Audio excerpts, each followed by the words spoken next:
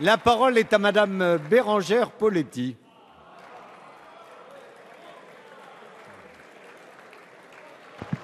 Merci, Monsieur le Président. Ma question s'adresse à Monsieur le Premier ministre. Demain, c'est la journée internationale des droits de l'enfant.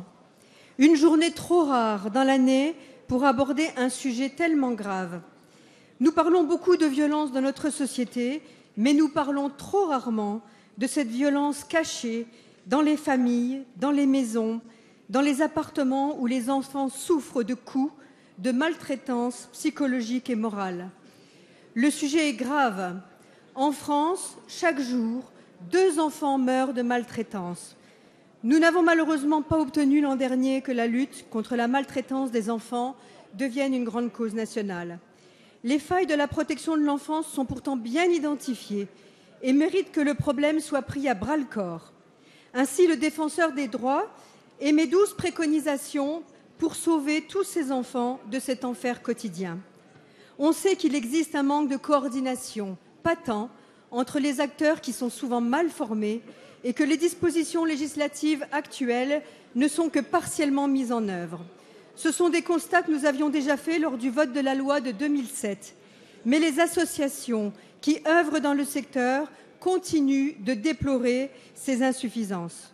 Le choix de la justice en France, au motif qu'il veut préserver le lien familial, replace malheureusement parfois les enfants dans des familles qui poursuivent leur maltraitance. Même si nous connaissons l'existence d'une proposition de loi à venir qui répond à certaines questions, comment peut-on lutter contre cette culture du silence? Comment peut-on améliorer le traitement judiciaire? Comment peut-on aider les professionnels qui approchent cette violence, qui doivent la dépister, la nommer, la signaler? Comment peut-on mettre fin à cette omerta qui place notre société en état de non-assistance à personne en danger? Merci. La parole est à Madame Marisol Touraine, ministre des Affaires sociales, de la Santé et des Droits des femmes. Merci, Monsieur le Président, Mesdames et Messieurs les députés. Madame la députée Bérangère Poletti, vous avez raison de dire qu'il s'agit là d'un sujet grave et que nous devons unir nos forces pour faire en sorte que ce qui se passe dans le silence des familles parfois, dans le silence des institutions aussi, soit révélé au grand jour.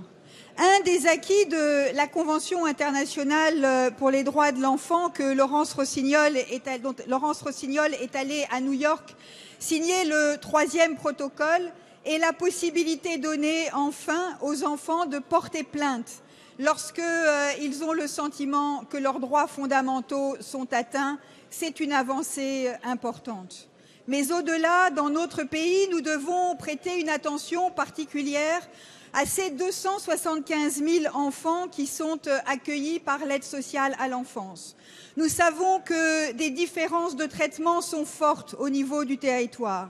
Et c'est la raison pour laquelle, avec Laurence Rossignol, nous avons lancé un travail pour amplifier, pour poursuivre ce qui s'est déjà fait avec les conseils généraux. Nous voulons travailler dans 3 directions.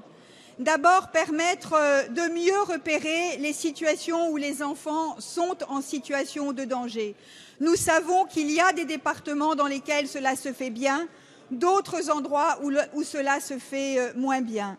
Nous avons ensuite la volonté de mieux garantir aux enfants la stabilité de leur vie et la stabilité du parcours. Nous voulons enfin apporter des soutiens aux enfants vis-à-vis des institutions extérieures.